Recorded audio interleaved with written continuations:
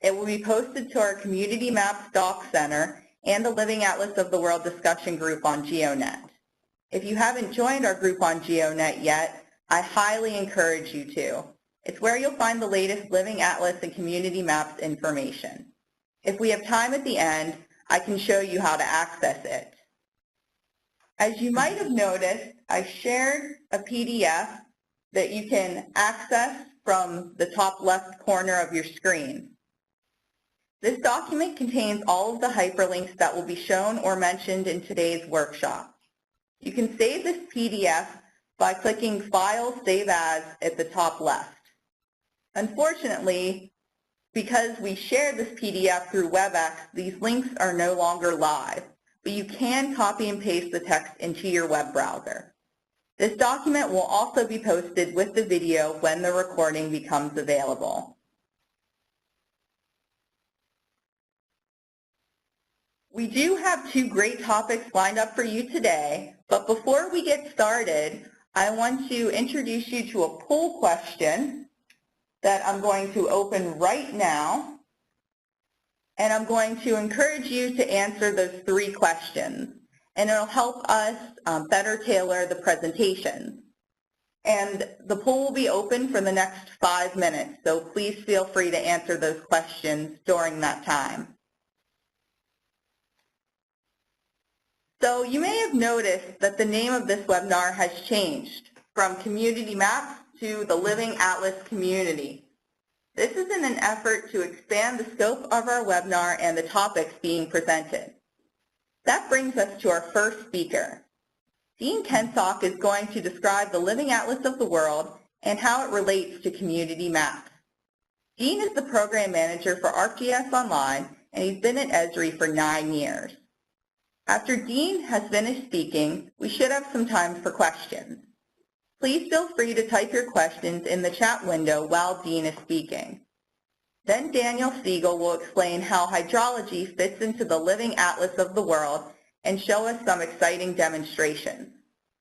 Daniel is a product engineer on the online content team and curator of the Earth Observations theme in the Living Atlas. After Daniel is finished speaking, we'll have time for questions. Your questions can be directed toward either speaker. Finally, we will finish with some Living Atlas of the World and Community Maps announcements.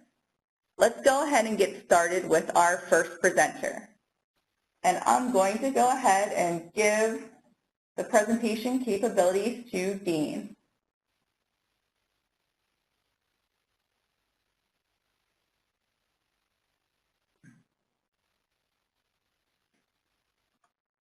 Okay, thanks, Tamara. I appreciate that. So yes, I'd like to talk to you a little bit today about the Living Atlas of the World. Some of you may be familiar with hearing about the Living Atlas of the World, but for many of you it might be a new concept. We've been talking about this for the last year or two with regard to the content that we make available through the ArcGIS platform. So we like to think that ArcGIS includes a Living Atlas of the World with maps and layers from Esri, as well as thousands of other organizations around the world. These maps and layers cover a wide variety of topics. I've listed some of them here on the screen. So you can see, for example, that our maps include base maps, as well as elevation maps, hydrographic maps, and more. This content is constantly growing and changing. Each day, hundreds of new maps are added to the ArcGIS platform, and many of these are reviewed and included in the Living Atlas of the World. Also, the maps that are available through the Living Atlas platform are changing themselves on a frequent basis in many cases. For example, we have dynamic map services with live traffic information, which changes every few minutes. We also have live weather services, Earth observation layers, some of which you'll see examples of later, that also change frequently as well. So the content in the Living Atlas is living in the sense that it's changing and growing on a regular basis. So where does this content come from? Well, there's three primary sources where the Living Atlas content originates. One is Esri. Esri ourselves are building and maintaining various maps and layers that we make available through ArcGIS, and you can access through the Living Atlas. There's also content from the Esri partner community. Organizations such as Digital Globe, Rapid Eye, Airbus, AccuWeather, and many others are beginning to make content available through ArcGIS, which is accessible as part of the Living Atlas. And then increasingly, the largest amount of content in the Living Atlas will be coming from our user community. Organizations like your own, perhaps, or others at various levels of government, from city level up to national level, non-government organizations such as the United Nations or World Bank, and many other commercial organizations who themselves are building and maintaining content that they'd like to make available to a larger audience of users. There's more than one way to access the Living Atlas. There's actually several ways that are built into the ArcGIS platform. I've listed a few here. So one obvious way that you can access it is through ArcGIS Online, through our web interface to ArcGIS, arcgis.com. And at ArcGIS Online, you can access the Living Atlas in a few places now. One is through our Maps feature pages. So from the front page of arcgis.com, if you go to look at the Maps section, it'll provide a nice overview of the content that's available in the Living Atlas, highlighting some of the specific thematic categories of content that are available, such as base maps, imagery, and demographics.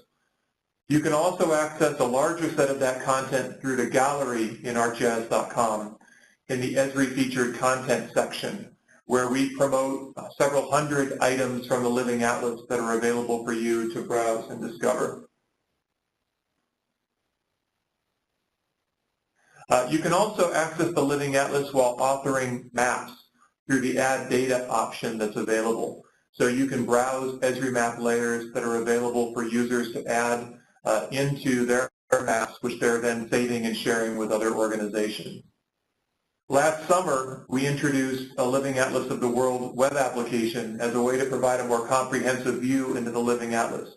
You can access this application from the feature pages of arcgis.com for any one of the categories.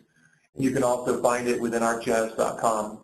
And it allows you to browse a large set of content from the Living Atlas. And then other ArcGIS applications provide access to the Living Atlas, such as the Explorer for ArcGIS application, which provides native access to many of the collections of maps from the Living Atlas from within that. And then over time, you'll begin to see access to the Living Atlas through other applications such as ArcGIS Pro, Collector for ArcGIS, and more. There's also a number of custom web mapping applications that have been developed over the last couple of years, leveraging specific content from the Living Atlas. I'm highlighting a couple here that you might find interesting. These are both available through arcgis.com. The one shown on the left, our Esri zip code lookup app, is a very focused application that allows you to get information on people living in the United States. It's very simple. You simply type in a zip code, like the one here I've shown, 92373, and then it finds that zip code in the United States and then tells you about the people that live in that zip code using our tapestry segmentation system, where we've kind of defined the population of the United States into 66 distinct tapestry segments, such as ex-urbanites, and it describes the people that live there, their age, their marital status, whether they likely have children, how they like to spend their time and money, and so forth. That's a very interesting way to kind of understand the people that live within a specific community. We released that application last year, and it was picked up in a number of different publications over a period of several weeks, and went viral, and for a period of time there were many millions of requests to that application. And it's a great example of a very focused application referencing specific content from the Living Atlas in ArcGIS. Another good example of that is the USGS Historical Topographic Map Explorer. As many of you probably know, the USGS has been publishing topographic maps for the United States for over 100 years. And recently they made that full collection of topographic maps publicly available. Esri worked with USGS to publish those as ready-to-use image services so that you could browse those maps over time and space.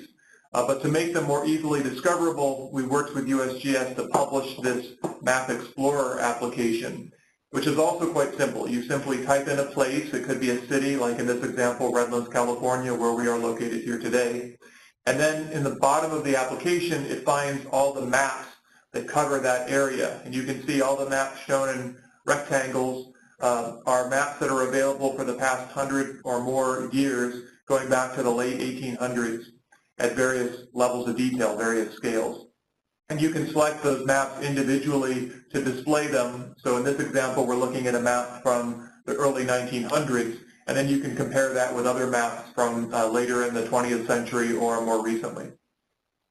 So those are two good examples of custom web mapping applications that have been built by organizations that feature parts of the Living Atlas. The Living Atlas is gaining traction with many of our users. There was one event late last year at the International Map Industry Association where they granted awards to a number of participants in the mapping community. And Esri and our user community were pleased to receive 3 awards from the IMIA for the Living Atlas, including their global award, which is kind of their big award. So it's nice to see that the content that's being published by our users and partners is being recognized as useful to the larger mapping community. So how can you participate in the Living Atlas? Well, many of you who are Community Maps participants are already actively participating in the Living Atlas, and there's ways you can participate beyond that, perhaps. So we think of the Living Atlas community as having really 2 primary types of participants. Contributors, those are people or organizations who are publishing content that's included in the Living Atlas. That might be a city government or a state organization or another mapping organization that's building and maintaining content. There also are curators who are actively reviewing and approving and organizing content from the Living Atlas. Primarily today, those are staff at Esri who are fulfilling the role of curator, but over time we'd like to include more of our users in that process. So how can contributors participate? Well, there's 2 primary ways that can be done. Contributors can participate by publishing content directly through ArcGIS Online, and I'll talk about that more in a minute, or by publishing content indirectly through the traditional Community Maps program that you're probably familiar with. Let's talk about that in a little bit more detail. First, what are the acceptance criteria for the Living Atlas? Well, one of the primary goals of the Living Atlas is to make some of the best available content from the ArcGIS platform more easily accessible to users.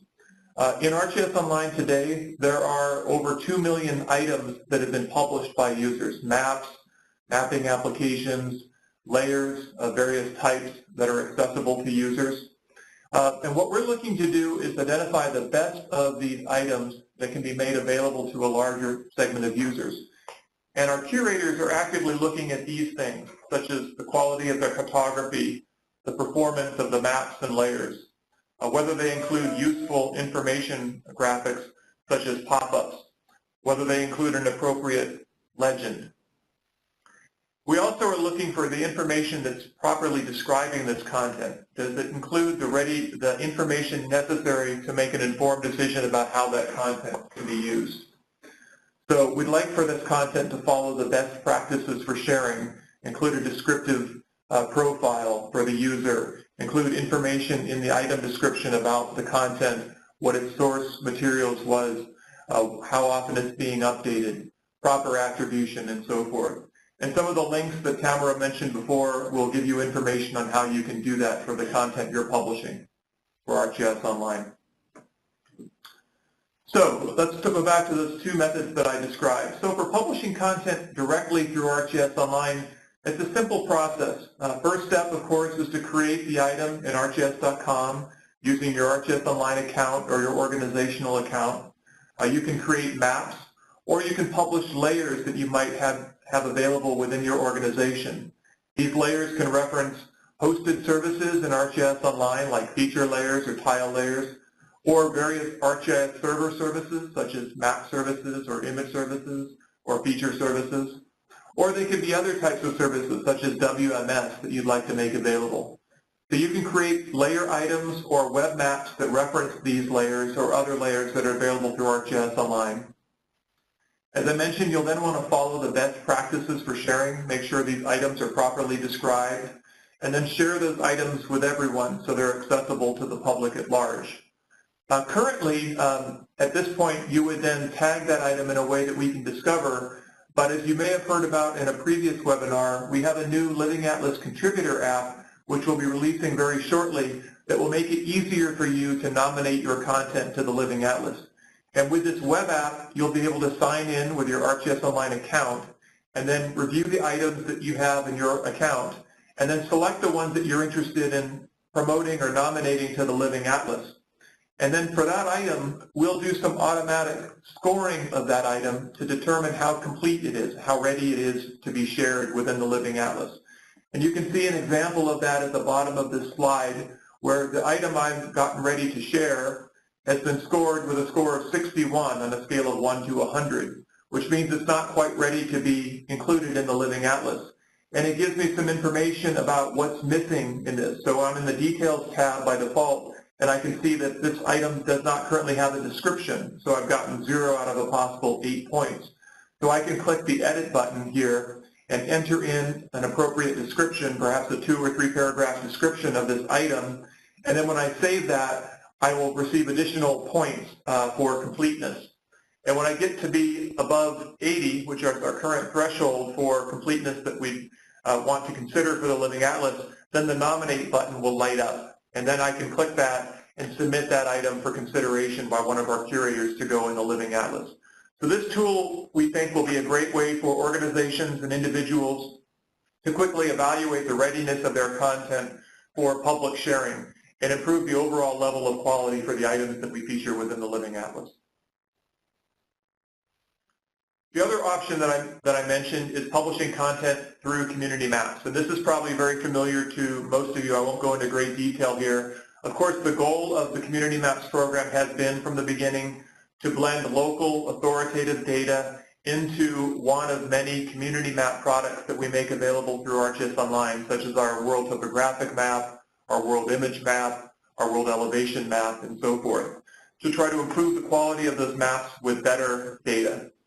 So what we would invite you to do is to identify the community map or maps that you might be able to support with the types of data that you're maintaining. And then if you've got data that you'd like to contribute that you think would improve the quality of those maps, you can get started by going to our Community Maps contributor app at the URL mentioned here. And then if you haven't already, you can sign up and begin the process of contributing your data. So what are the types of data that we're looking for community map members to contribute? Some of these may have been discussed with you before. You can see several examples. Initially, we were focused on our base maps, but over the last few years, we've greatly expanded the number of opportunities for users to participate in the Community Maps program. And in fact, the 3 I would highlight today are imagery, where many organizations are now sharing recent high-resolution imagery that they've captured with Esri, and we're processing that imagery and including it in our World Imagery Map and making it freely available back to that organization as an online service, as well as to the larger ArcGIS community. Another good example is with elevation. We have now a World Elevation Map in ArcGIS Online that can be used for 2D visualization and analysis, and very recently we've published a new 3D terrain surface that can be used within our new Scene Viewer and other 3D clients for doing 3D visualization. So elevation data that's contributed, which tends to be 10-meter or better resolution elevation data, can now be integrated into our ArcGIS Online World Elevation Maps. And then hydrography. We have data for streams and watersheds and elevation, and as Daniel will talk about in a minute, these are now available for users to participate through the Community Maps program, and we would definitely encourage you to do that. So hopefully that provides a good overview of how the Living Atlas exists today and the relationship between the Living Atlas and our Community Maps program. The Community Maps program has been a key part of our content development initiative for the past several years.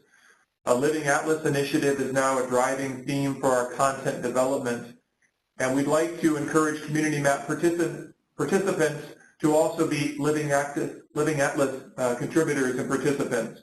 So we'd like to acknowledge users who are already doing that through the Community Maps program, and then invite you to also directly contribute through your Living Atlas options to publish directly through ArcGIS Online.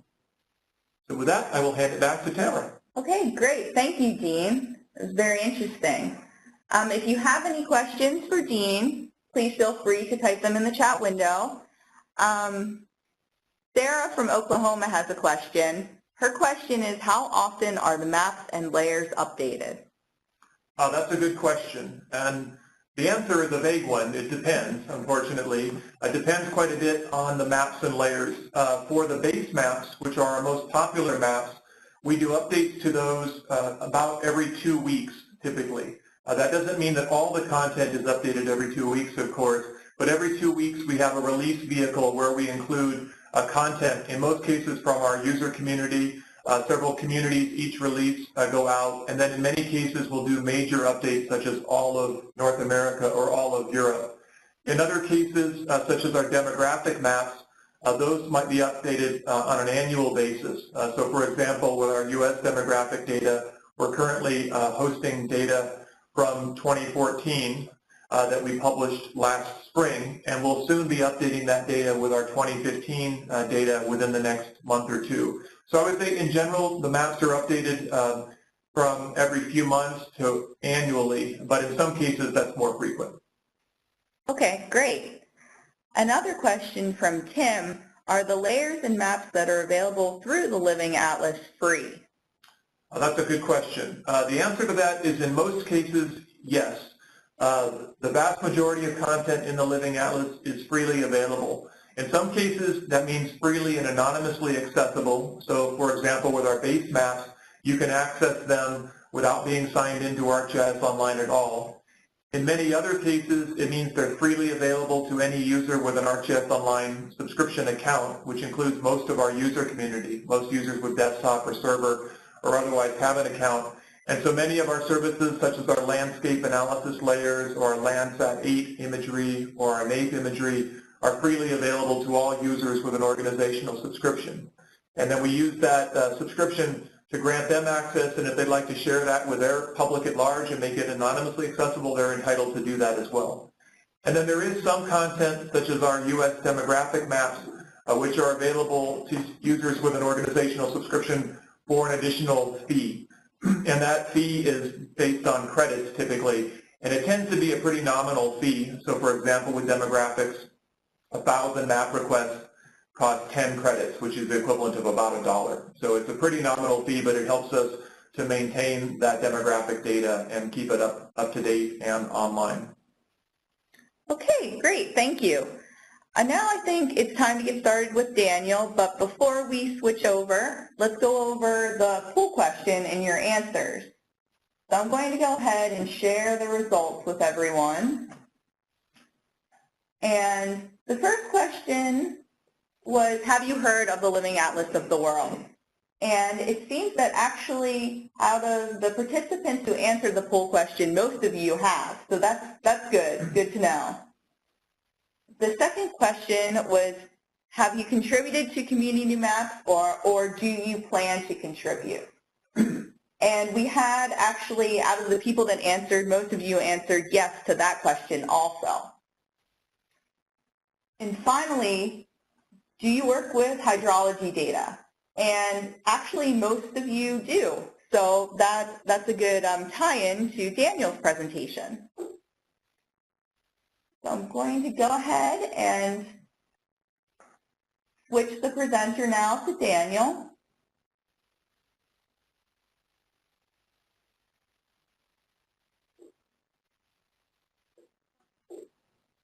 Okay. All right, Daniel, whenever you're ready. All right. Thanks, Tamara. The content available in the Living Atlas is almost unimaginably rich. So what I want to do now is sort of zoom in on one specific theme in order to make it all a little more tangible. It looks like my screen is not showing up full screen. You want to click the button. Let's try this one more time. Full screen.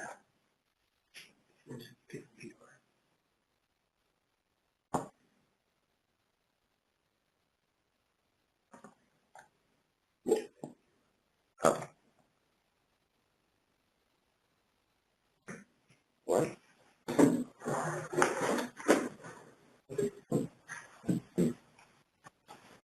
All right, well, hopefully it looks good on your side. If not, you can maximize the screen. We're getting, looks a little odd here, but anyway, what I want to do is show you in the landscape theme, which is where we put data about natural resources, we have 13 sub-themes. So if you work in ecology, geology, climate, weather, it's possible to narrow the atlas down to exactly what interests you. Let's zoom in one more time and look specifically at the maps about water. A ton of rich content here, including the National Hydrography data set, current and future precipitation, soil drainage class, and the National Wetlands Inventory. One of my favorites is the USA Polluted Waters map.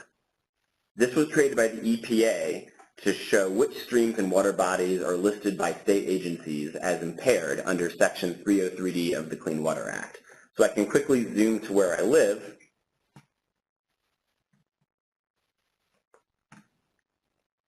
and check whether and check what pollutants are in my local stream, and also see whether a source has been identified or a remediation plan has been put in place. As you scroll down, more and more data comes into the atlas. Every sub-theme has more content than I can personally walk you through, so I highly recommend perusing the Living Atlas on your own. What I want to do with the rest of my time is focus on the community maps aspect, meaning how the program and infrastructure you all know and love is being used in the context of this sub-theme. Let's review the concept for a second. The Living Atlas itself is a community project. Anyone can contribute to it by sharing your maps through ArcGIS Online, as Deane outlined. You, our users and business partners, are the primary content providers.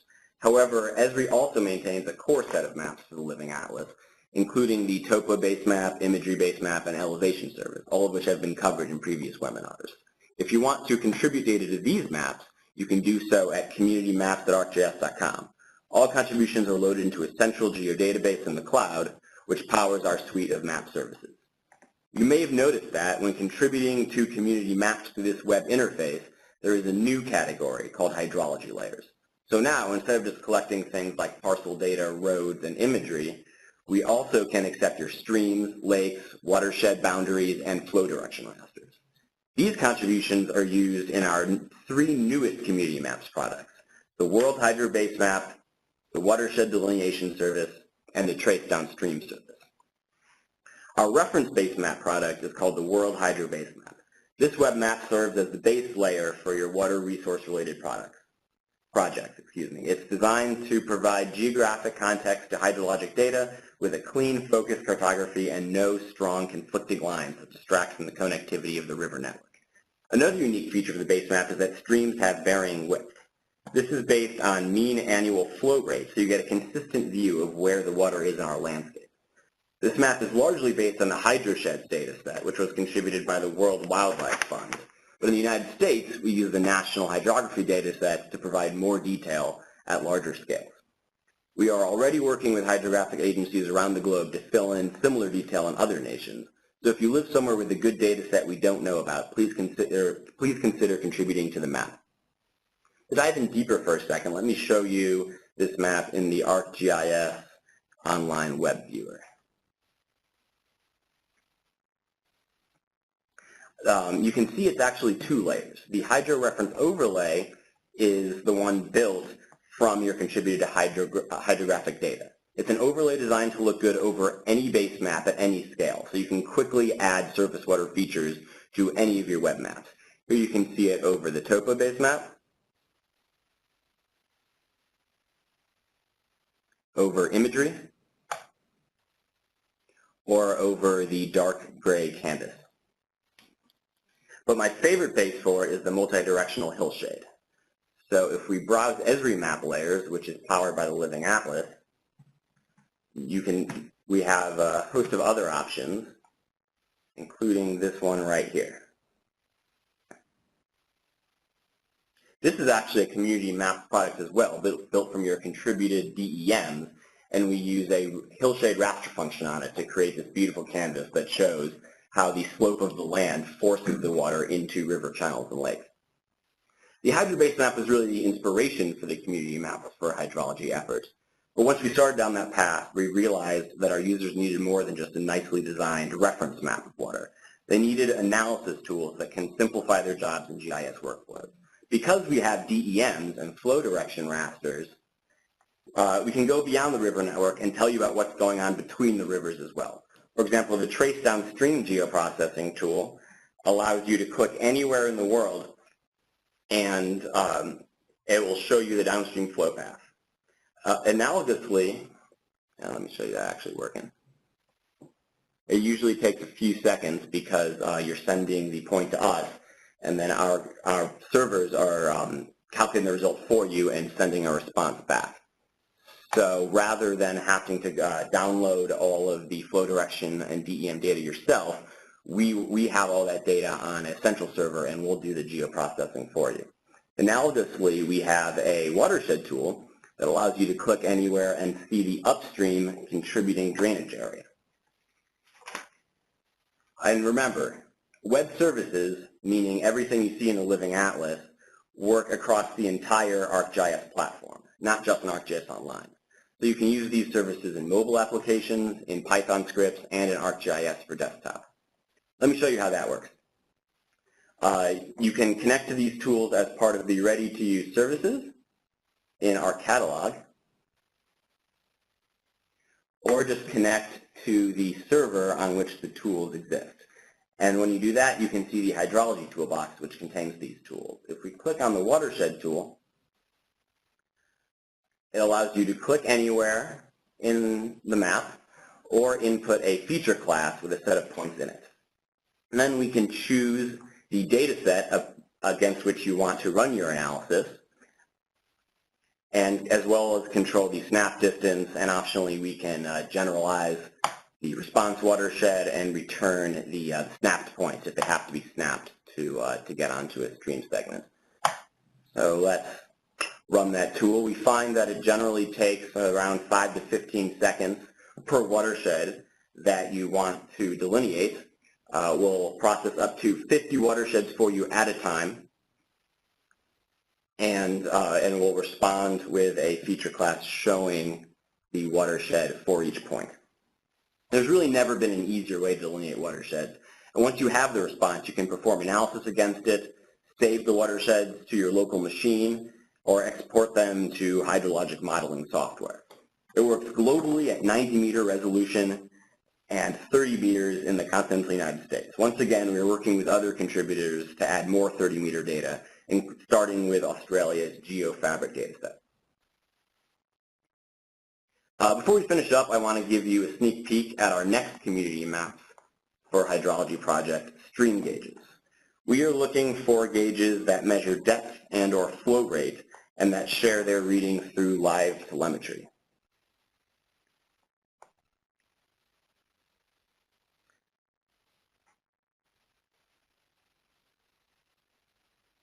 Wow, internet problems, look at that.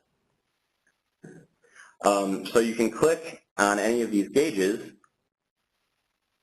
and see the current flow at that location. The goal here is to give ArcGIS users not just data on where rivers are in the current activity, but also on their current real-time condition. So if you work with stream gauges, please consider contributing to this map. We think it's going to be an extremely useful product. When it's officially released, you'll be able to contribute through the same web interface you use for all contributions to the Community Maps program. But for now, the product is in beta. So if you'd like to participate, send an email to streamgauges@esri.com, and we will work to get your gauges into the map. So thank you. Are there any questions? Yes, actually, we had a few come in. We have one from Mark. Does it consume credits to delineate watersheds in ArcGIS Online? Does it still consume credits when you run the service locally in ArcGIS? Well, the answer is not, sort of, but not entirely. It is required that you have credits and that you have a ArcGIS Online account, but the rate at which it consumes credits is 1 credit per 1,000 watersheds you delineate. So this is not an expensive tool to use, but we do require that you have credits in your account and that you be an authenticated user user of ArcGIS Online. Okay, great. Oh, and it doesn't matter whether you use it in ArcGIS Online or in ArcMap. The rate of consumption is the same. Okay, cool. Thank you. Again, I want to encourage you, if anyone else has questions, you can type them in the chat window for either Deane or Daniel. We do have another question for Daniel. Why does the Hydro Basemap use the terrain base instead of the multi-directional hillshade? That's an interesting question. So the multi-directional hillshade is actually a raster function that is being calculated on the fly from our terrain image service. So the drawing rate can be a little slow, and that's why we use the cached terrain base in the current version of the World Hydro Basemap. But we are working on a cached Basemap version of the multi-directional hillshade, so when that is released as a product, we will switch the two in the Hydro Basemap. I was going to basically say that on our roadmap for this year is to update the world terrain base layer that we published through ArcGIS Online to use the new data and the new rendering from the multi-directional hillshade. So the base map that we're having now that Daniel mentioned that is cached will soon be updated with the multi-directional hillshade symbology and also with the additional elevation data that's now available for our world elevation map. That's great news, Deane. So I guess we won't have to switch it out at all. The world terrain base will be updated to look as good as multi-directional hillshade and to contain the community maps data. So that's great news for everyone. Okay, great. I think we have one more question. You mentioned that you can contribute to community maps. How would you go about starting that process?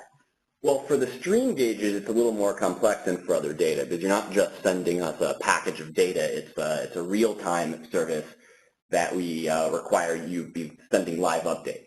So the extra requirement is that your stream gauges have live telemetry and that the most recent readings be accessible programmatically through the web. So long as you have any sort of way we can write a script to get updates from you, you can contribute stream gauges to the map. Ideally, this would mean using a WaterML web service like the USGS, Australia, and many other agencies do. But if it's just a place on your website with a text file, we can go and scrape updates. That's really all we need. So if you have stream gauges and the readings are accessible through the web, we would love to get them into this map. Please send us an email, and you can get into the beta program and be part of the initial release of this map. Okay, great. Thank you, Daniel. I'm going to go ahead here and switch the presenter back to myself and just go over a few announcements we have. First of all, you may have noticed that there is a PDF that I shared with everyone. It's one of the top left tabs, and this contains all of the hyperlinks for today's webinar for everything mentioned or any demos that were shown. You can link plus the contact information for our presenters and for community maps and the Living Atlas as a whole. That can be found from these pages. And you can save this by going to File, Save As at the top. And unfortunately, it looks like the text is hyperlinked, but it's not. That's a limitation with the WebEx software. But you can copy and paste the text into your web browser, and it'll take you to the website. And this will also be posted when we post the video on ArcGIS videos. So first, let's go back here to the presentation and go over a few announcements. And the first announcement is concerning the Living Atlas of the World discussion group on GeoNet. I really highly encourage you to join this group, and I'm going to go ahead and actually share my screen and go ahead and show it to you. Here you can see it on GeoNet. The video will be posted there, and it's also where you can go to find all the latest Living Atlas information. It's a great place to collaborate with the Living Atlas community. And you can see I recently posted a poll question in this discussion group, And this is going to help us better tailor these presentations and webinars to your needs. So please go ahead and answer the poll question, and then we can go from there on deciding what topics and who to have as presenters for future webinars. And next, it's time to get excited because the 2015 Esri User Conference is almost upon us already. We're going to be at the Esri Education GIS Conference. We wanted to make sure we mentioned that along with the Building a Living Atlas with Mapping Organizations pre-conference seminar, because both of those are the weekend actually before the main kickoff of the conference. So please plan your travel accordingly. And of course, we'll have support and a presence there during the main week of the conference, Tuesday through Friday. And please stay tuned for more UC-related announcements. There'll be a lot more coming out here in the next couple of months or even weeks. The next announcement is that we have Preparing Data for Community Maps workshops scheduled. We have one scheduled each month leading up to the UC. They're scheduled on different days of the week and at different times to try to accommodate the most number of users. The workshops teach you how to use the Community Maps data prep tools to better prepare your data for Community Maps contribution. They're 4 hours long and they are free. You must register if you plan on attending one of these workshops. And if you can't attend one of these sessions, we also have self-study materials available. There are recorded lecture videos, the lecture slides, the exercises, and the exercise data all available to you through that link. And this allows you to participate in the workshop at your own pace on your own schedule. Also, you may have heard this announcement already, but there is a new Community Maps Doc Center. And again, I'm going to go ahead and share my desktop to show you that new Doc Center. And this is your one-stop shop for everything Community Maps related. And you can find the archived webinars here, and this is where today's webinar will be. If you go to Support, and then Archive Webinars, and you'll be taken to another page with, here you can see the one from last month.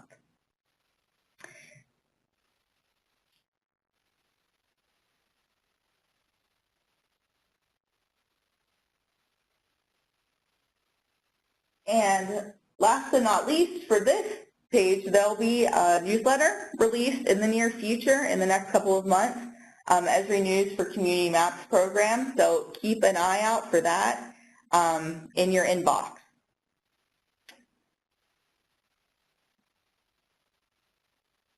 And as you know, we call the Living Atlas of the World living. And we say that it's living because the layers and maps are being routinely updated. And as you know from the question, Deane further explained that update process. And the imagery and base maps were actually updated yesterday by user community contributions. We welcomed 9 new contributors and many updates from counties, cities, and universities in the United States, Canada, and the countries of Japan and Switzerland. If you have any questions, feel free to email us at communitymaps@esri.com and follow us on Twitter. And if you'd like to contact either of the presenters, their contact information is included on that PDF with the links. And last but not least, the next webinar will be Thursday, April 23rd at 11 a.m. And please keep an eye out for more information regarding the next webinar. And we do want to thank you for attending. We know that there were some technical difficulties with the link for today's webinar, so we want to thank you for working through that and attending today's presentation. I think we have one more question actually that came in before we head off here. Is it possible to make more of the base map available with the annotation separate from the map? That's a good question, and there are some things we're doing actually this year that will make that more accessible to you.